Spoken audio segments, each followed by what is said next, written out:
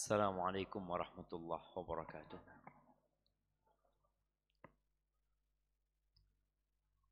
Alhamdulillah alladzi anzala alaina al-ma. Segala puji bagi Allah Jalla Jalaluh yang telah menurunkan buat kita air. Karena memang sejatinya segala sesuatu yang hidup itu diciptakan dari air. Tapi kita juga tahu pernah ada air dan mungkin akan ada air yang menjadi azab dan bala bagi suatu kaum. Maka kalau hujan turun, disunnahkan bagi kita untuk berdoa mengatakan Allahumma sayyiban nafi'an. Ya Allah, jadikan siraman yang bermanfaat. Sebagian kita kalau mendung kemudian turun hujan, itu dia mengeluh. Aduh, udan. Iya. Sehingga seharusnya yang hujan itu bermanfaat, nggak jadi manfaat buat antum. Coba antum katakan Allahumma sayyiban nafi'an. Dan di antara waktu yang mustajab berdoa adalah ketika hujan turun. Antum manfaatkan waktu. Oke, antum basah. Atau orang-orang yang jualan. Jualan apa yang paling terdampak ketika hujan? Mau jualan es, mau jualan bakso. Kalau sudah hujannya ada orang keluar rumah. Jemaah. Tapi kalau pas dia jualannya siang hari, es. Kemudian turun hujan. Apa yang seharusnya dia lakukan?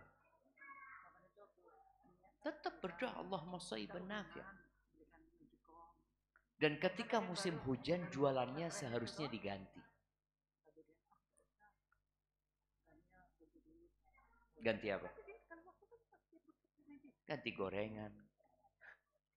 Ganti yang panas-panas. Dan subhanallah memang jamaah. Ternyata bisnis itu juga perlu ilmu dan belajar. Kadang-kala ada orang, enggak saya ini dagangan saya sudah. Sejak zaman dulu saya itu jualan es. Musim hujan tetap musim hujan saya jualan es. Ya semoga Allah berkahin dagangannya. Allahumma salli wa sallim ala abdika wa rasulika sayyidina wa maulana Muhammadin wa ala alihi wa ashabihi ajma'in. Amma ba'd. Ahibati fillah. Kita berbincang tentang perceraian. Tentang pemutusan hubungan yang sejatinya diadakan untuk meraih sakinah, mawaddah dan rahmah. Tapi terkadang yang diinginkan dan diharapkan tidak terjadi. Kita sudah sampaikan bahwasanya cerai adalah solusi terakhir. Dan sebagian ulama menyatakan bahwasanya hukum asalnya perceraian itu terlarang kecuali ketika ada sebabnya. Tapi ada satu pembahasan sebelum kita membahas tentang hukum cerai dalam kondisi emosi. Masalah at-tafwid. Tafwid ini menyerahkan hak cerai kepada istri. Kan sejatinya yang bisa menceraikan itu suami. Bagaimana seorang suami yang mengatakan kepada istrinya, terserah engkau. Urusannya aku serahkan kepada engkau. Kalau engkau mau menceraikan dirimu, silahkan. Ada suami yang tidak ingin menceraikan istrinya. Tapi istrinya terus ganyang. Ayo, pegatan aku. Ceraikan saya, talak saya. Sang suami tidak ingin menceraikan. Lalu sang suami mengatakan, urusanmu ada di tanganmu. Kalau engkau mau menceraikan dirimu, silahkan. Aku serahkan dirimu kepada dirimu sendiri. Kemudian sang perempuan, oh iya sudah, aku ceraikan diriku dari diri. Jatuh nggak cerai? Jatuh. Jadi berdasarkan sepakat 4 madhab, jatuh. Kalau benar sang suami menyerahkan kepada istri. Ada perbedaan pendapat di antara para ulama bagaimana kalau penyerahannya itu sejak sebelum nikah. Ketika mau nikah atau pada saat pernikahan sang suami mengatakan, iya aku menikah dengan engkau dan hak cerai ada pada dirimu. Bisa enggak? Dari sejak awal nikah sudah menyerahkan urusannya kepada istrinya. Menurut jumhur enggak bisa. Karena belum terjadi pernikahan. Dan jumhur ulama juga berpendapat ketika seorang suami menyerahkan hak cerai kepada istrinya, itu hanya berlaku di majelis itu selama suaminya belum mencabut haknya. Jadi kalau lagi ribut ya, satu majelis, enggak guys, ceraikan aku. Kata sang suami, sudah aku serahkan urusanmu kepada dirimu sendiri, engkau mau menceraikan dirimu silahkan. Ditantang sang istri. Kira-kira dia menceraikan dirinya atau tidak? Ya tergantung.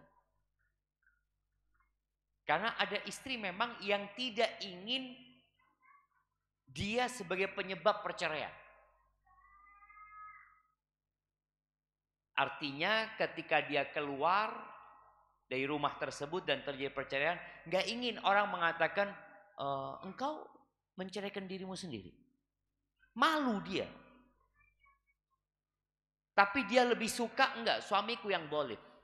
Suamiku menceraikan aku. Padahal sang suami tidak boleh. Apa yang menjadi landasan para ulama mengatakan bahwasanya hal itu diperbolehkan. Dan ada yang menceritakan adanya ijma ya. Kisah ketika Nabi SAW mendiamkan istrinya selama 1 bulan. Jadi kadangkala memang ada perempuan-perempuan ini yang perlu dididik. Tugas para suami ini, dia boleh jadi dapat istri yang kurang lurus. Bukan kurang lurus ya. Semua perempuan gak ada yang lurus gitu. Semuanya bengkok. Tapi mungkin dia dapat istri yang adabnya kurang. Atau banyak tuntutan. Akhirnya sang suami mendiamkan istrinya. Pisah ranjang setelah dikasih nasihat gak mau pisah ranjang. Setelah itu kok dilihat gak ada perubahan di istrinya. Boleh jadi antum memberikan pilihan kepada istri antum. Anti mau terus hidup sama anak. Atau anti memilih untuk kembali kepada orang tua anti. Kasih pilihan istri. Dan Nabi SAW setelah sebulan beliau bersumpah untuk tidak mendekati istrinya. Setelah selesai 29 hari beliau mendatangi istrinya satu persatu. Membacakan firman Allah di surat Al-Ahzab ayat 28-29. Allah mengatakan ya ayyuhan nabi, wahai nabi, qul li azwajika, katakan kepada istri-istri, in kuntunna turidnal hayatad dunya wa zinataha, kalau kalian menginginkan kehidupan dunia dan perhiasannya, fata'alaina, kemarilah kalian, umatti'kunna, aku akan kasih buat kalian mut'ah, ya pesangon, harta, dan aku akan ceraikan kalian dengan perceraian yang baik. Ini pilihan pertama. Pilihan kedua, wa in kuntunna turidnallaha wa rasulahu, kalau kalian menginginkan Allah dan Rasulnya, wa daral akhirah, dan negeri akhirat, yang ingin Allah, yang ingin Rasulnya, yang ingin daral akhirah, itu perlu berjuang. Karena jalan menuju surga itu terjal. Nggak enak disuruh nurut sama suami, taat sama suami. Makanya banyak perempuan itu ngeyel kalau dikasih tahu. Bang, aku mau datang kajian bang. Kata suaminya, janganlah, hujan itu. Ayolah bang, kajian bang. Hujan.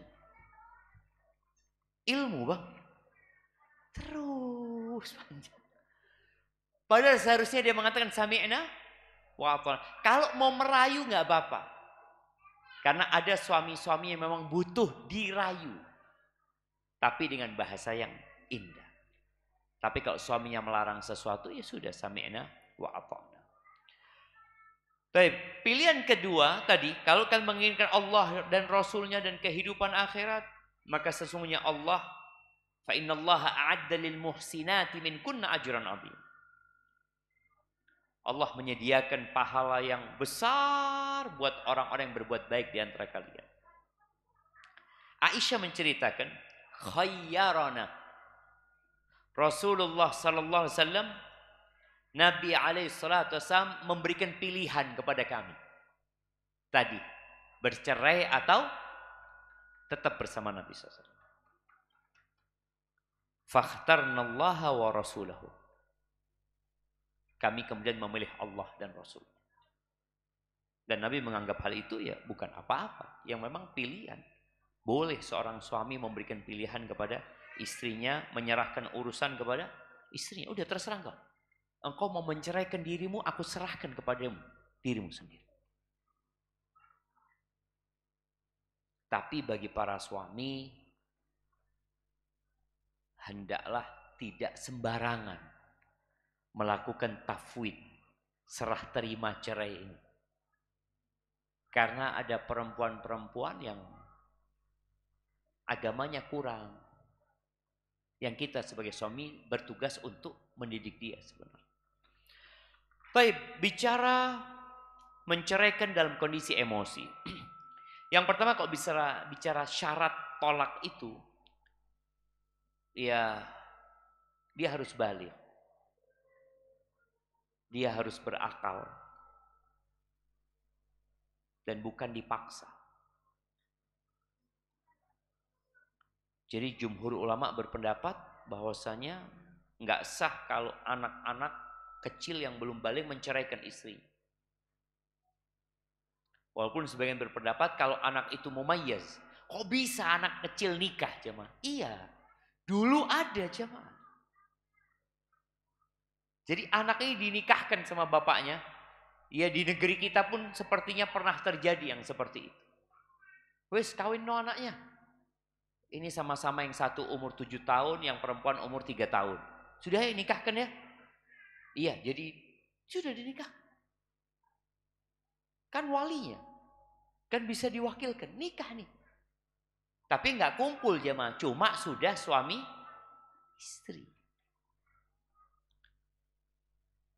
Maka jumhur ulama dari Hanafiyah, Malikiyah dan Syafi'iyah berkata, oh saya nggak bisa. Artinya nggak sah kalau seorang anak yang belum balik menceraikan istri. Syarat yang kedua akal. Ini berkaitan dengan emosi tadi, akal. Maka tolak dari orang gila itu nggak sah. Mungkinkah orang gila menceraikan istrinya? Boleh jadi. Kadangkala gila itu terjadi setelah pilkada. Mungkin loh jemaah, katanya ada orang yang stres ya, depresi. Anak ingat kejadian berapa tahun yang lalu setelah pilkada itu ada yang naik tower. Wes edan. Turun kata dia, enggak saya mau naik kata dia. Entah pura-pura gila atau gila sungguhan, wallahu a'lam.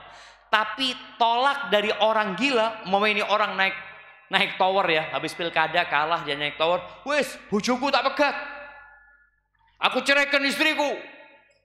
Sah nggak perceraian dia? Jatuh jemaah kalau dia pura-pura gila. Kalau dia gila beneran, makanya kan kadang-kala apabila terjadi sesuatu, itu dibawa ke psikiater, psikolog atau ya, untuk dicek. Enggak, dia ini ada gangguan kejiwaan enggak? Ternyata iya, memang dia ada kegangguan kejiwaan. Ya, ketika orang akalnya tidak ada, maka nggak bisa dia menceraikan. Karena pena malaikat itu diangkat dari 3. Yang pertama dari orang yang tidur sampai dia terjaga. Memangnya orang tidur, mungkinkah menceraikan istrinya? Mungkin. Dia itu sebelum tidur ngomong, duh bojoku ya, ruwet. Mau tak cerai tapi ya opo. Tahu-tahu tidur mengingau, mengigau. Apa kalau bahasa Jawanya? Ngelindur. Ana masih ingat, nggak tahu ini mahasiswa yang di asrama masih ada loh.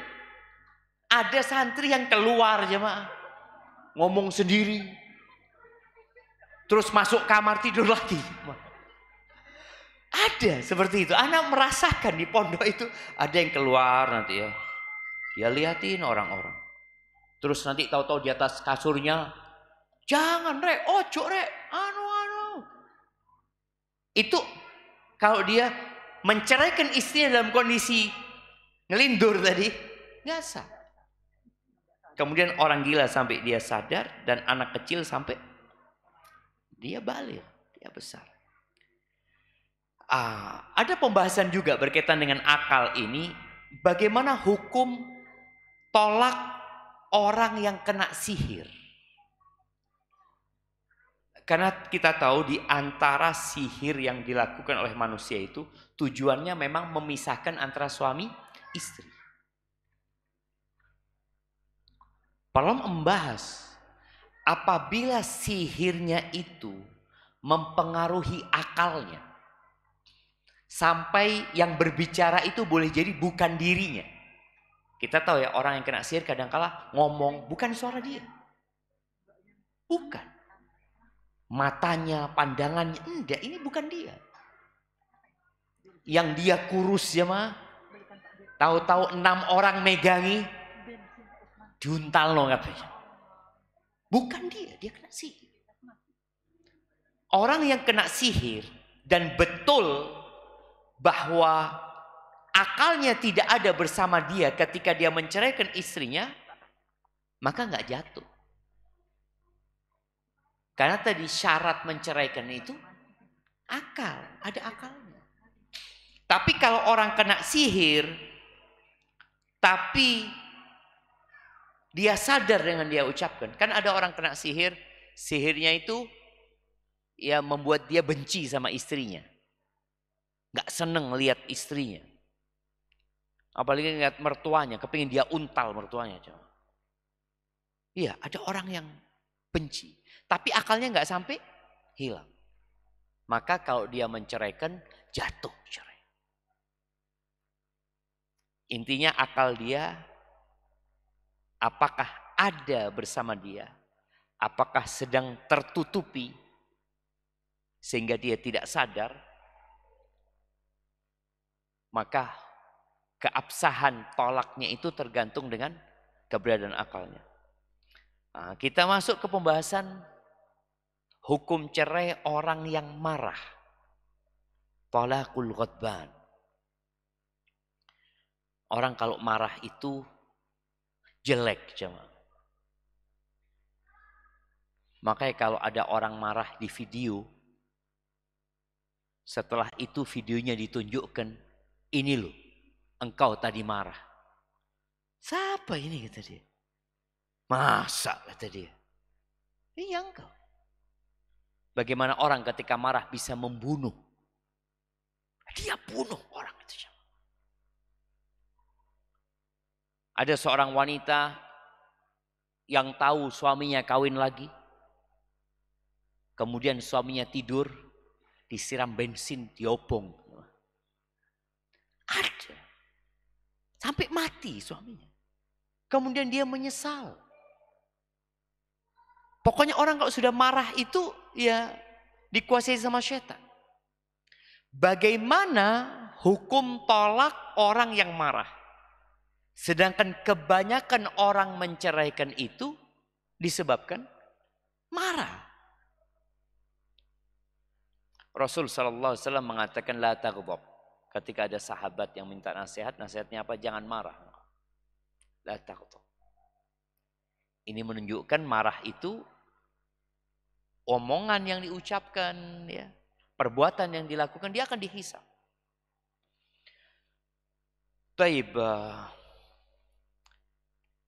Jumhur ulama berpendapat bahwasanya tolaknya orang yang marah itu jatuh.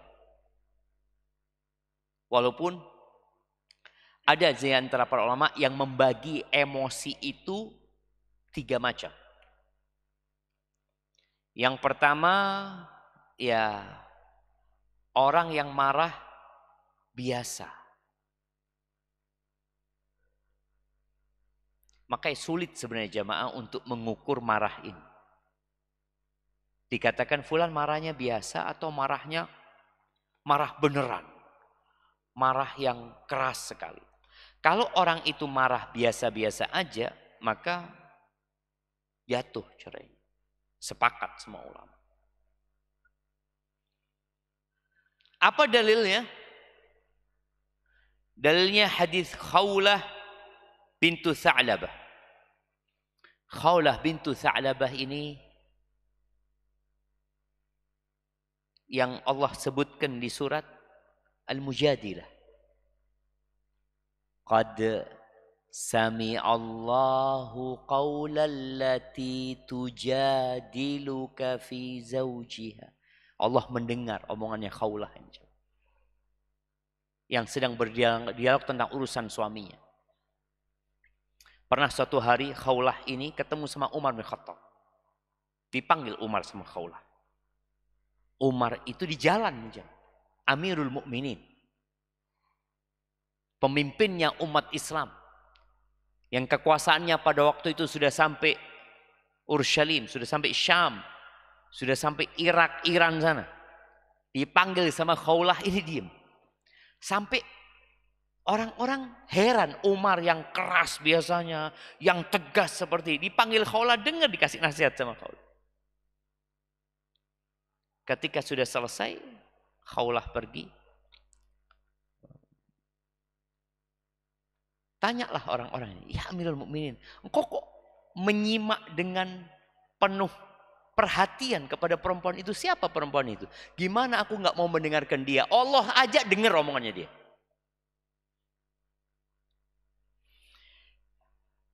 Jadi kejadiannya, Khawlah ini punya suami namanya Aus ibn Samit. Ya, ada obrolan sama suaminya. Kemudian Khawlah ini membantah, menjawab. Dan ini penting juga buat para wanita, kalau suaminya ngomong, ngasih tahu, kalau bisa jangan dijawab. Maksudnya jangan dibantah. Katakan iyalah. Nah, apalagi suaminya kondisinya marah, katakan iya. Ini Khawlah bantah. Faghadiba. Lalu marah suaminya. Fadhahara minha. Karena marah, akhirnya suaminya melakukan zihar. Zihar ini mengatakan kepada istrinya, anti alayya ka dhahri ummi. Engkau buat aku seperti punggung ibuku. Dan ibunya mahram. Artinya menyamakan istri dengan ibunya. Artinya haram sudah untuk dihubungi. Seakan-akan dia mengharamkan istrinya untuk diri. Ini namanya zihar. Wa kana syaikhan kabiran qad sa'a khuluquhu wa dhajir. Suaminya ini sudah tua renta jemaah. Dan subhanallah ya, salah satu yang menyebabkan kepribadian orang berubah dan karakter orang itu berubah adalah ketuaan. Makanya antum kalau punya orang tua, baik ibu atau bapak, ketika sudah tua renta, mudah marah, mudah tersinggung, wajar. apalagi sakit. Itu biasanya lebih perasa lagi. Ini Aus sudah kayak gitu tuh. Dikatakan akhlaknya udah nggak bener dia. Dan orang yang suka mengeluh. Akhirnya Khawlah ini disebutkan Khawlah ini nggak punya jilbab, nggak punya jilbab buat keluar rumah. Maka pinjem Khawlah ke rumah tetangganya. Supaya antum tahu bagaimana kondisi para sahabat pada waktu itu. Akhirnya dia pinjam jilbab, dia datang kepada Nabi SAW. Maka dia ceritalah Khawlah ini tentang suaminya. Suamiku ini, ya, setelah aku punya anak dari dia, kemudian dia dengan mudahnya mengharamkan dirinya, melakukan zihar itu. Akhirnya turunlah surat Al-Mujadilah. Intinya dari hadis ini, ucapan suami Khawlah ketika marah, itu konsekuensi hukumnya ada. Dan terjadi zihar itu. Maka akhirnya sang suami kalau mau menghubungi istrinya ada kafarat yang harus dia bayar. Ini sebagai dalil bahwa orang marah itu hukum talaknya jatuh. Taib. Dan zihar itu dulu dianggap tolak dulu jemaah. Dalam Islam enggak, zihar bukan tolak. Zihar hukumnya tadi ada kafaratnya. Dan berkaitan dengan hal ini sekali lagi ini hal yang ijma ya. Berkaitan dengan marah yang belum keras marahnya jemaah. Itu tadi kan dia omongin gitu marah langsung dia mengatakan anti alaika wahri ummi. Taib. Yang kedua, marah yang sampai membuat akalnya hilang. Ada orang marah itu sampai nggak sadar. Apa bukti kalau akalnya dia nggak ada bersama dia?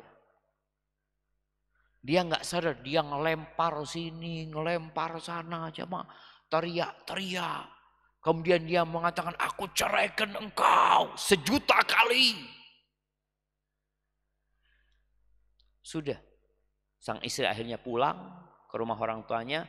Sang suami sadar, istriku mana? Duh, istrimu mana? Sudah kau ceraikan?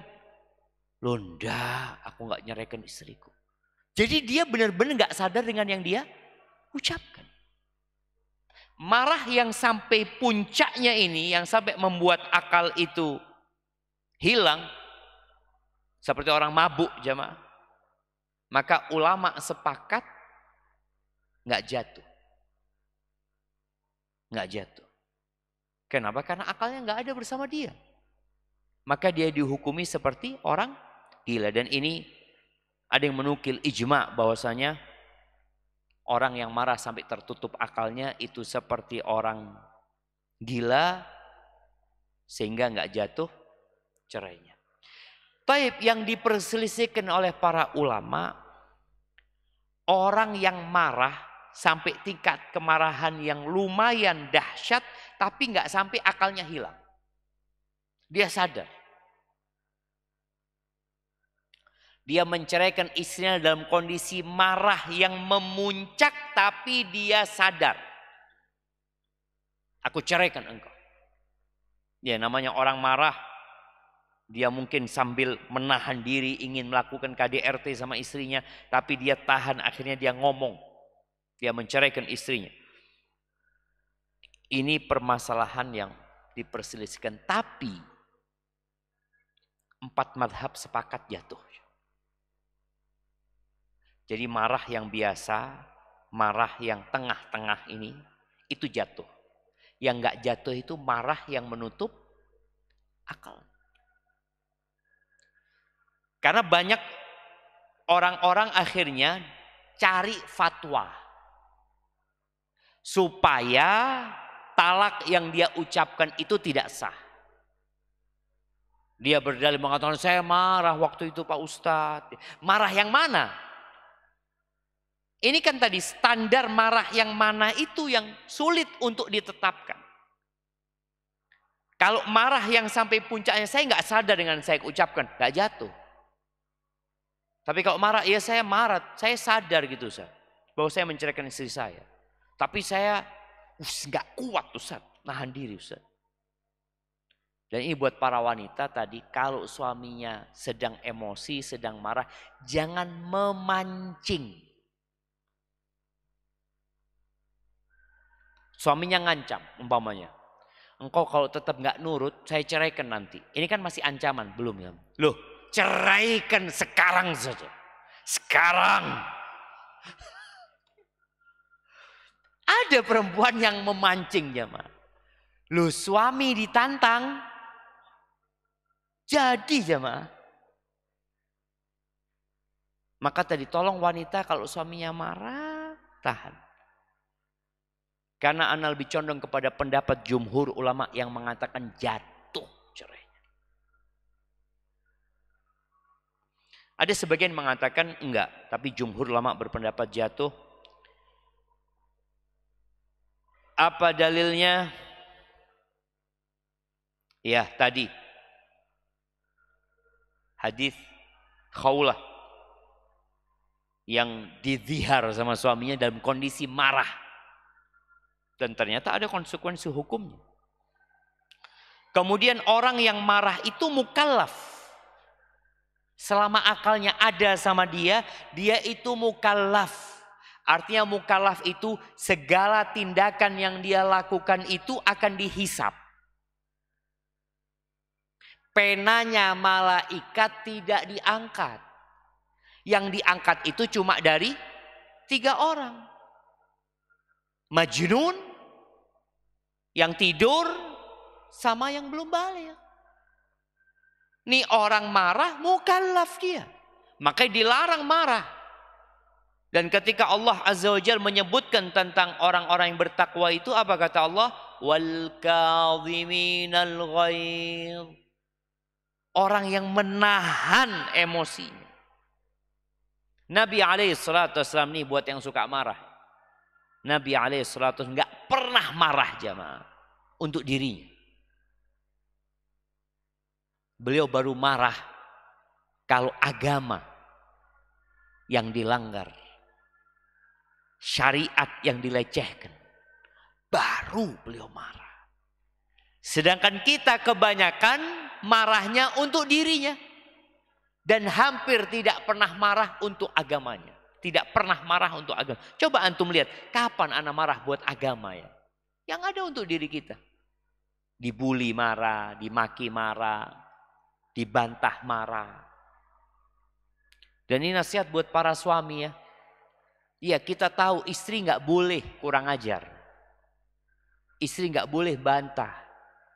Tapi kalau itu terjadi, antum sebagai pemimpin hendaklah memahami kondisi dia. Boleh jadi dia sedang datang bulan. Karena kejiwaan perempuan ketika datang bulan itu labil. Mudah marah. Kemudian boleh jadi ada sebab lain. Ini emak diganyang sama anaknya, tahu-tahu bapaknya datang ganyang juga jangan. Akhirnya sang ibu membantah sang bapak atau sang suaminya. Jadi ingat, kalau ada orang marah, membunuh, tetap dia akan dihukum. Atau mengambil, merusak hartanya orang. Tetap ada konsekuensi hukumnya dia. Kemudian, kalau kita menjadikan talak orang yang marah ini tidak jatuh, maka semua orang yang berbuat jahat akan mengatakan, saya marah, saya naik pitam, saya ini. Loh iya, tapi kamu nggak boleh. Tetap akan dihukum dengan yang kau katakan. kemudian dalam kondisi marah atau ridho atau sedang kondisi senang, hukumnya sama. Karena urusan talak ini juga kondisinya mau main-main, mau serius, jatuh. Tapi ada yang mengatakan nggak jatuh talak itu. Dalam kondisi marah yang pertengahan tadi, ini pendapat Ibnul Qayyim rahimahullahu ta'ala. Dan mungkin kalau antum membaca fatwa Syekh bin Baz dan Syekh bin Utsaimin, mereka juga termasuk yang mengatakan tidak jatuh. Jadi kalau nanti antum baca fatwa Syekh Utsaimin, enggak, Syekh Utsaimin mengatakan enggak jatuh. Iya, betul. Tapi jumhur ulama berpendapat jatuh. Karena memang tadi bagaimana standarnya, bagaimana membedakannya. Hadza wallahu a'lam bishawab. Kita dengarkan azan dulu.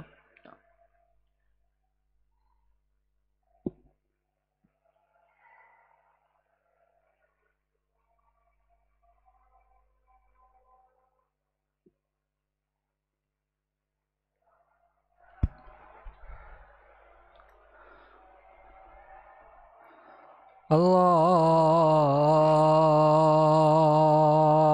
Akbar, Allahu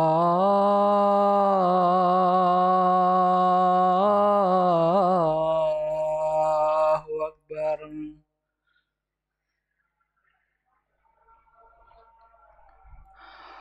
Allahu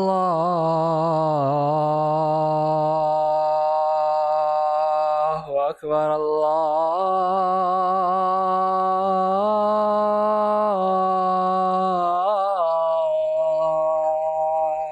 Akbar.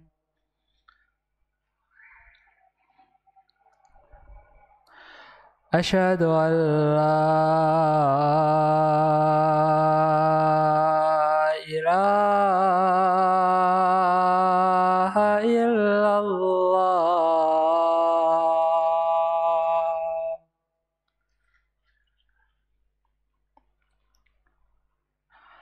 Asyhadu an la ilaha illallah.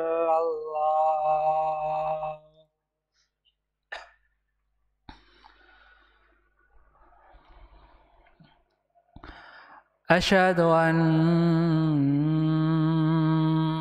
Muhammadar Rasulullah.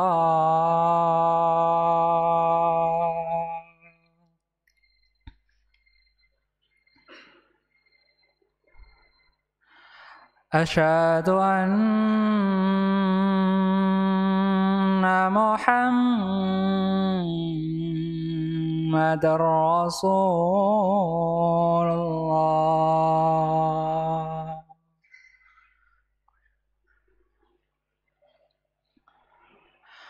Hayya 'alas shalah.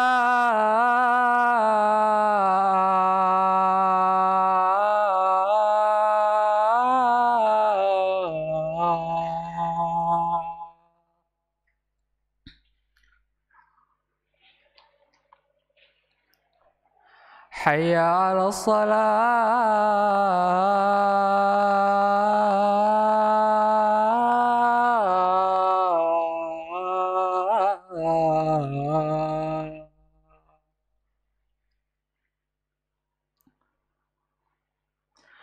Hayya 'alal falah.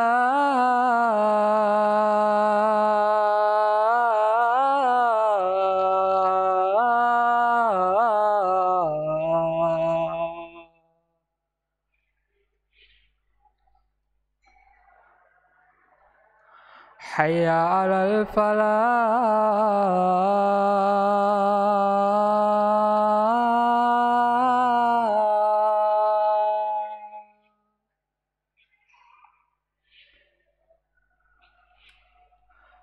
Allahu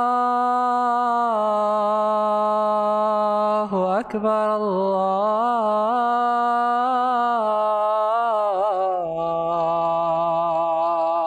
Akbar. La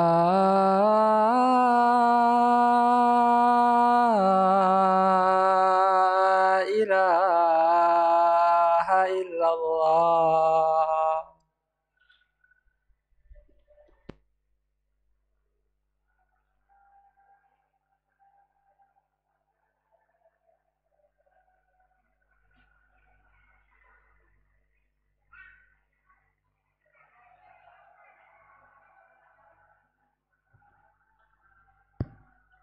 Allahumma salli wa sallim ala nabiyina Muhammad. Jadi berkaitan dengan talak orang yang marah itu, hati-hati. Menurut jumhur ulama jatuh.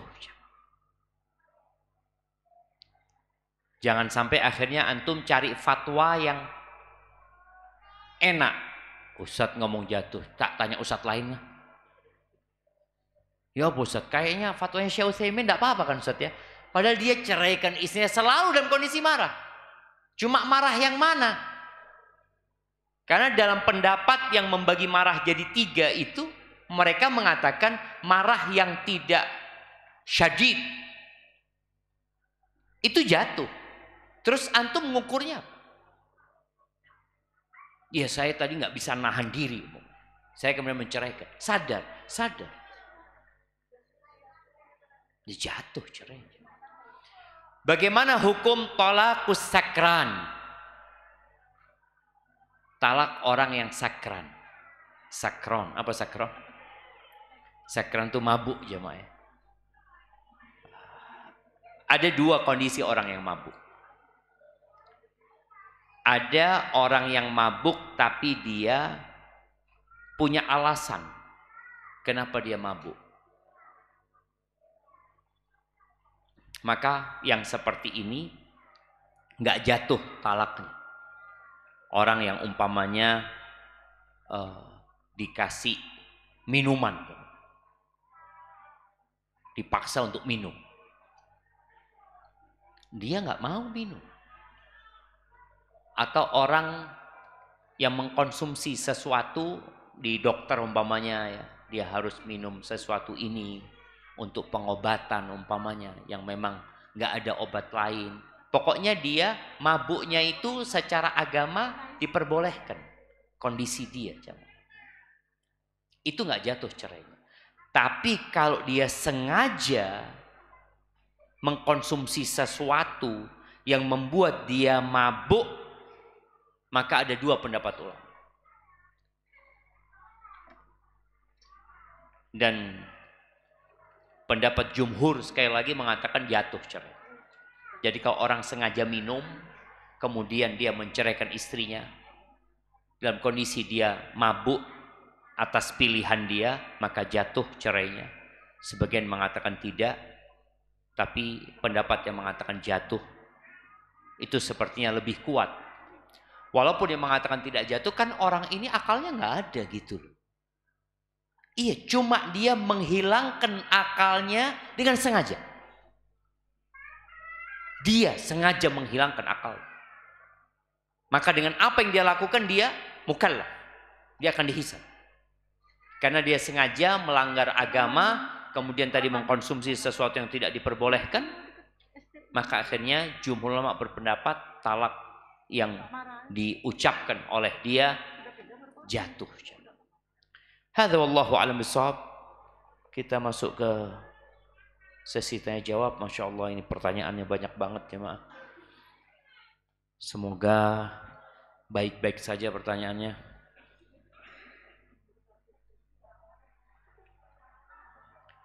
Assalamualaikum Ustaz, saya ibu dari 2 anak. Yang semua anak-anak saya bersekolah di Al-Irsyad. Saat ini saya dan anak-anak saya sedang ditinggal pergi tanpa pamit oleh suami. Tanpa pamit oleh suami saya yang ikut jamaah tabligh ke Pakistan. Hal ini sudah kedua kalinya dilakukan oleh suami saya dan saya tidak ingin ada yang ketiga kalinya. Apa harus saya lakukan untuk menghentikan kezaliman yang suami saya lakukan serta amalan apa yang membuat suami saya kembali ke sunnah?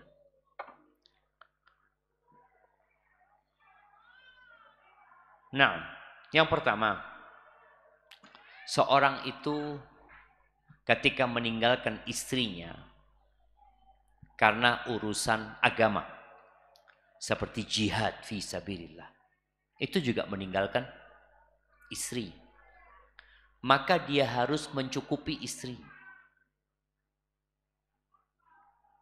Mamai dia berangkat selama 4 bulan atau orang yang kerjalah yang merantau.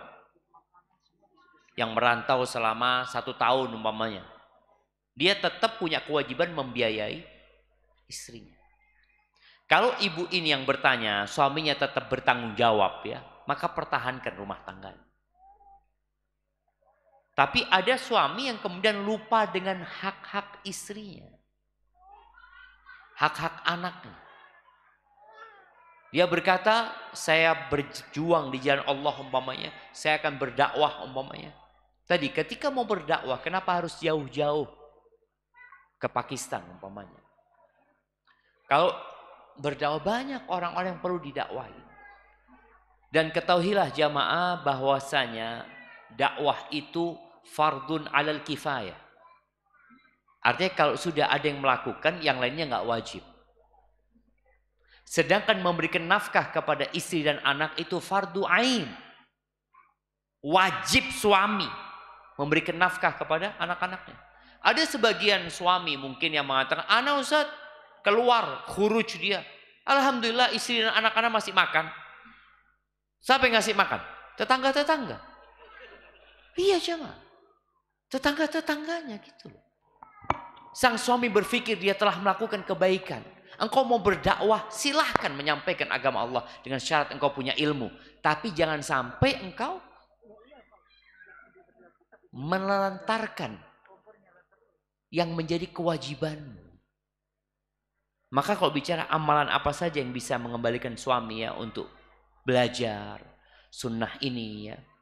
Ya, yang pertama didoakan suaminya, kemudian diajak datang kajian. Mungkin dia berpendapat bahwa yang dia lakukan inilah yang paling baik dalam agama. Tapi coba cocokkan dengan sunnah Nabi SAW. Nabi SAW mengutus para sahabat berdakwah.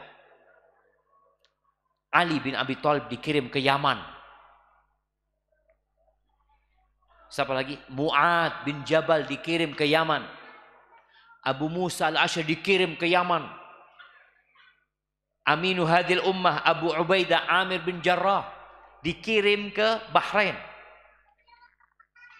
Ketika orang-orang itu minta orang yang dikirim untuk mengajar di sana, Nabi SAW tidak menyuruh semua sahabat, dipilih yang memang punya kemampuan untuk melakukan itu. Tapi secara umum kita wajib berdakwah jemaah. Mau itu ustadz nggak ustadz wajib berdakwah terhadap orang-orang yang menjadi tanggung jawabnya. Bapak wajib mendakwain anak-anaknya. Suami wajib mendakwain istrinya. Bos di perusahaan wajib mendakwain anak buahnya. Maka tolong yang menjadi kewajiban itu diselesaikan. Baru setelah itu ke tempat yang lainnya untuk menyampaikan agama Allah ini. Hadza wallahu a'lam bissawab. Assalamualaikum Ustaz. Ana nemuin baju. Tapi ana bilang biarin aja dulu. Siapa tahu nanti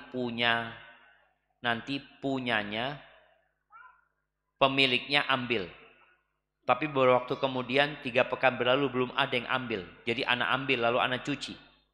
Gimana hukumnya Ustaz? Jazakallah khair. Ya, kalau barang itu termasuk barang yang berharga, yang bakal dicari sama temennya, ya nggak bisa dimilikin sampai diumumkan selama 1 tahun. Dicuci nggak apa-apa, disimpan, diumumkan. Boleh jadi kita itu nggak mengumumkan jam. Baju itu di sana, orang ini nyariin, nggak tahu di mana bajunya. Antum tidak memberikan informasi. Antum biarkan situ, kita tunggu. Loh enggak. Antum kalau memang antum ingin memilikinya atau ingin menggunakannya, antum umumkan dulu. Foto, mamanya sekarang sudah nggak perlu lagi mengumumkan kalau dulu kan mengumumkan di tempat-tempat kumpulnya orang, sekarang diumumkan di mana?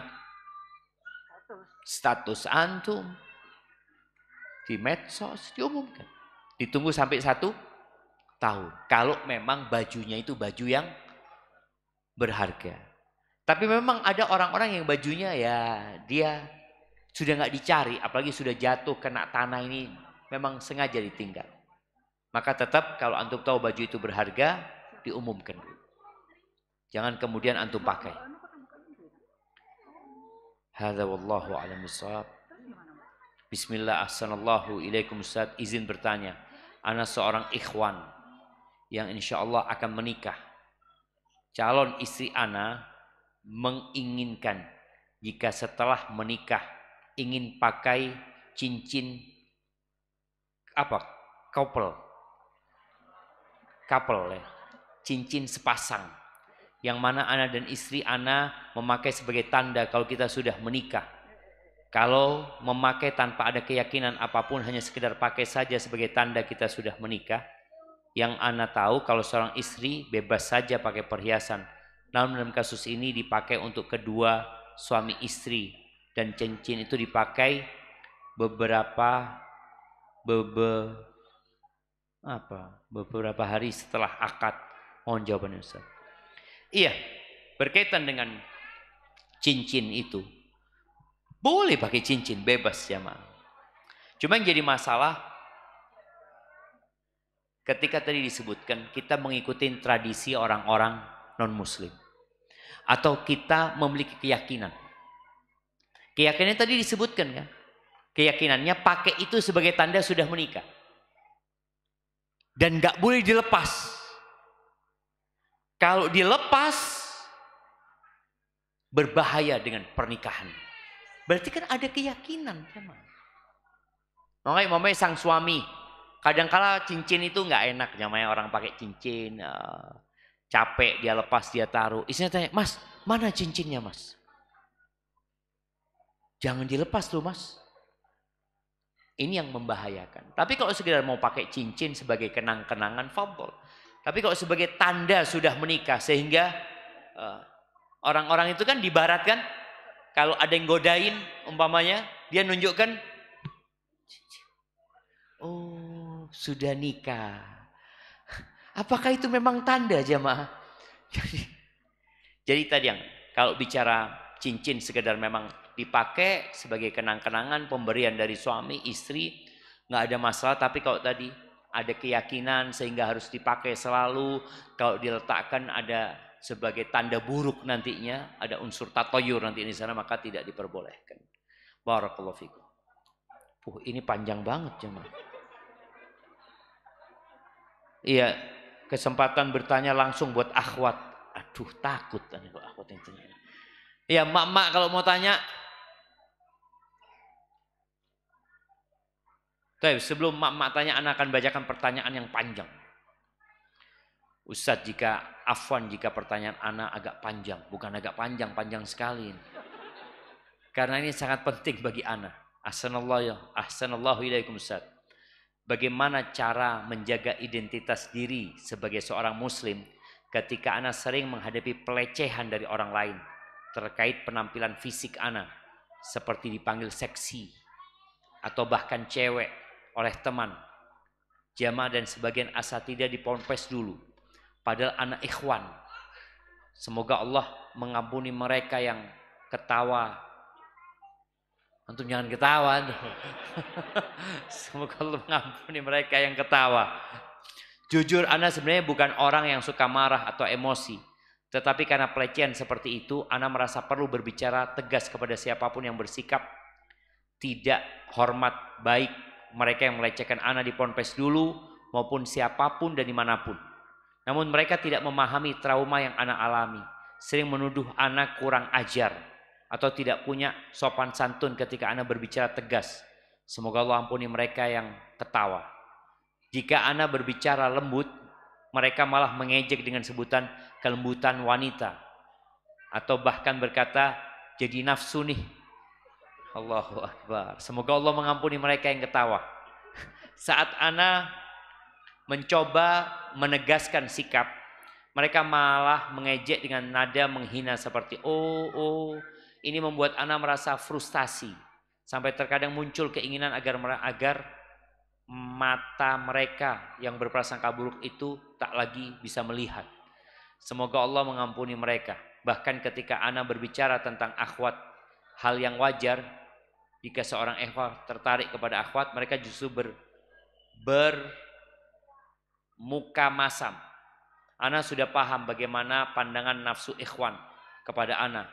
Karena ana bukan seperti akhwat yang tidak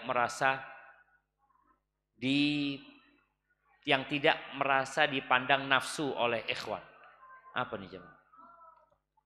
Bagaimana langkah yang tepat untuk menetapkan batasan menghargai diri sendiri dan menghadapi mereka yang tidak menghormati di lingkungan sosial. Karena ana khawatir kejadian seperti ini berulang di kampus ini. Taib, jamaah rahimakumullah. Sepertinya ana pernah mengalami masalah yang sama. Ana dulu waktu masuk pondok, ana itu pernah sakit hati. Ketika ana lagi ya sampai hari ini ana ingat ya. Ana ingat orangnya, tempatnya, dan waktunya. Ana ketika lagi ngambil makanan, ada seorang perempuan yang sedang mengirimkan makanan buat abangnya atau buat adiknya ke pondok, dikirimin. Lalu dia ngomong sama saudaranya ini, "Siapa Min?" "Mak Ratin," kata dia. Itu bahasa Madura. "Siapa Min?" katanya. "Kok ayu anak ini?" katanya. Loh, kita lanang dibilang ayu jamaah. Loro hati kan jamaah. Sejak itu akhirnya ana ikut bela diri. Iya, artinya tadi bicara jati diri, ana harus menunjukkan ana ini laki. Ana ikut bela diri, ana ikut lomba, ana fitness, olahraga. Yang akhirnya hilang betul jamaah. Ungkapan-ungkapan itu hilang. Maka nasihat ana buat yang bertanya ini, engkau perlu menunjukkan jati dirimu kalau engkau laki. Agar mereka tidak lagi membulimu.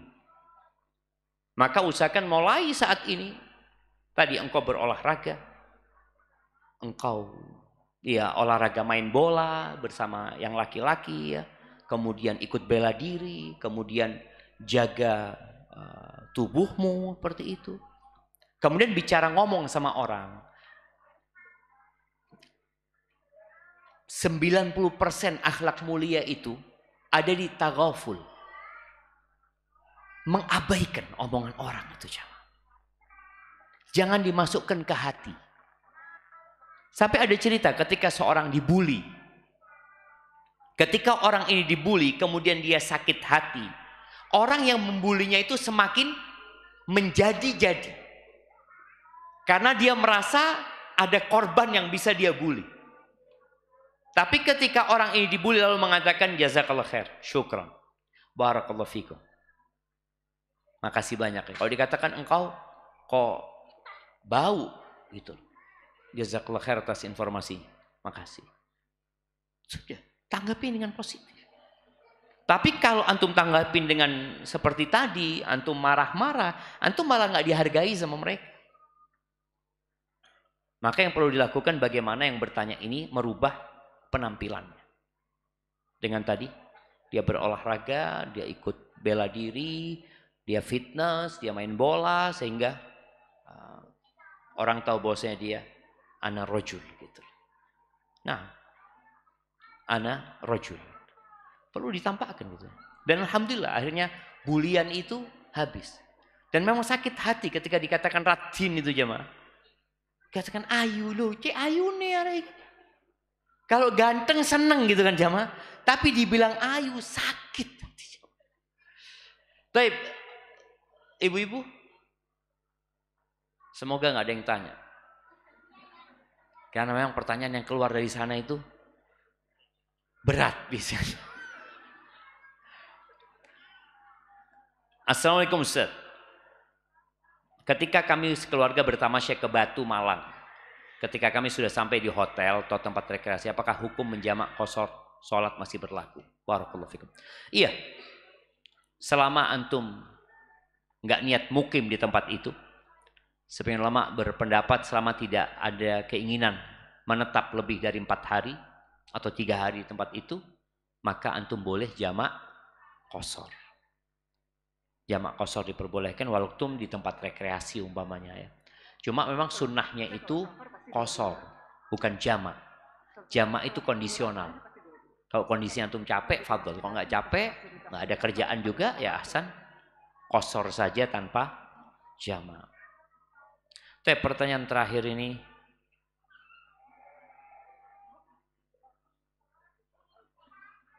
Izin bertanya.